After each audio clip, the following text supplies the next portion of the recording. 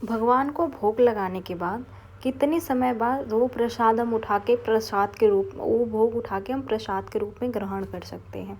जय श्री श्याम। श्याम बाबा के भक्त अच्छे ही होंगे। तो आज ये जानते हैं कि भगवान को भोग लगाने के बाद कितने समय बाद हम वो भोग जो भगवान का होता है प्रसाद के रूप में उठा के ग्रहण कर सकते हैं और परिवार के सदस्यों को दे सकते हैं। और कौन सी ऐसी 7 चीज़ें शुभ होती हैं जो भोग लगाते समय भगवान को भोग लगा देना चाहिए, थाली में उनके रख देना चाहिए। आप अपनी क्षमता अनुसार लगाइएगा। और भगवान को किस किस समय भोग लगाना चाहिए वो भी जानते हैं। तो पहले जानते हैं कि भगवान को भोग लगाने के बाद कितने समय बाद हम उनका भोग लगाया हुआ प्रसाद उठा के ग्रहण कर सकते हैं। शास्त्रों के अनुसार भगवान को भोग लगाया गया कुछ समय तक भगवान के सामने ही छोड़ दिया जाता है, रख दिया जाता है। फिर उसके बाद प्रसाद के रूप में उठा लिया जाता है। इस स्कंद पुराण और पद्म पुराण में बताया गया है कि भगवान को भोग अर्पित करने के कुछ समय बाद वहाँ पे मंत्र पढ़ें या बैठ के प्रतीक्षा करें। कम से कम 10 से 15 मिनट तक भोग वहाँ पे भगवान के सामने होना चाहिए। और शास्त्रों के अनुसार तो नहीं, लेकिन परंपराओं के अनुसार कहा जाता है कि जब आप भोग लगाते हो तो घंटी बजा दो, भगवान को संकेत दे दो। और जब फिर भोग उठाने जाओ प्रसाद के रूप में तब भी घंटी बजा के संकेत दे दो। भगवान को भोग लगाने के बाद 10 से 15 मिनट क्यों इंतज़ार किया जाता है? कहा जाता है कि यह मान्यता है कि 10 से 15 मिनट के बीच में भगवान सूक्ष्म रूप से भोग स्वीकार करते हैं। इसके बाद वही भोजन प्रसाद बन जाता है। भोग उठाते समय भगवान को धन्यवाद कहना चाहिए और फिर उसे प्रसाद मानकर ग्रहण कर लेना चाहिए। शास्त्रों के अनुसार भोग लगाने का 3 मुख्य समय बताया गया है। बताया गया है कि मंदिरों में भी इसी नियम का पालन किया जाता है।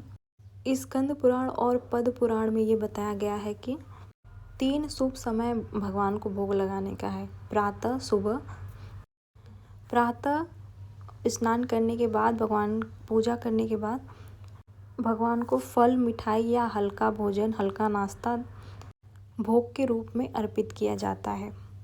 समय लगभग 6 से 9 के बीच। दोपहर का जो भोग होता है उसे राजभोग कहा जाता है। दोपहर में भगवान को मुख्य भोजन अर्पित किया जाता है जिसे राजभोग कहा जाता है। समय लगभग 11 से 1 के बीच में। इस समय रोटी, दाल, चावल, सब्जी, खीर आदि चढ़ाए जाते हैं। शाम का भोग, शाम के आरती के समय मिठाई, फल या हल्का भोजन अर्पित किया जाता है। समय लगभग 6 से 8 के बीच में। भगवत गीता में भगवान कहते हैं, पत्रम पुष्पम फलम तोयम यो मे भक्त्या प्रयच्छति। इसका अर्थ है जो भी भक्त भक्ति में पत्ता, फूल, फल या जल भी अर्पित करता है तो मैं उसे स्वीकार करता हूँ।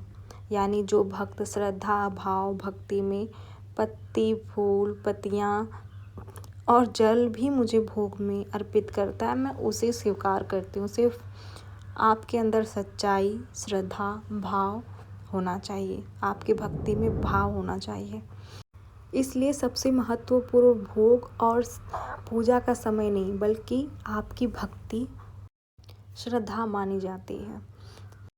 अगर मैं इसमें बताऊंगी इस वीडियो में कि भगवान को क्या क्या भोग लगाना चाहिए तो ये वीडियो बहुत ही लॉन्ग हो जाएगी।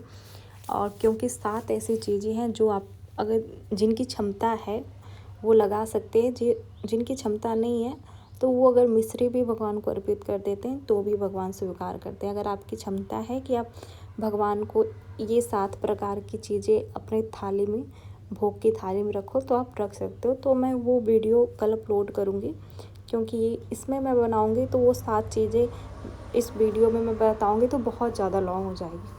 तो इसलिए मैं कल बताऊँगी, अगली वीडियो में बताऊँगी कि कौन सी चीज़ें 7 प्रकार की आपको थाली में भोग लगाना चाहिए जो शुभ होता है बहुत ही ज़्यादा। और ये नहीं कि अगर आपकी क्षमता नहीं है तो फिर भी आपको चढ़ाना ही है, ऐसा नहीं है। अगर आपकी क्षमता है सिर्फ मिश्री चढ़ाने की तो सिर्फ मिश्री ही चढ़ाइए। लेकिन श्रद्धा और भाव से। 56 भोग लगा के ही भगवान को क्या करेंगे जब आप श्रद्धा भाव आपके अंदर रहेगा ही नहीं। तो इसलिए सबसे ज़रूरी होता है श्रद्धा भाव। जय श्री श्याम।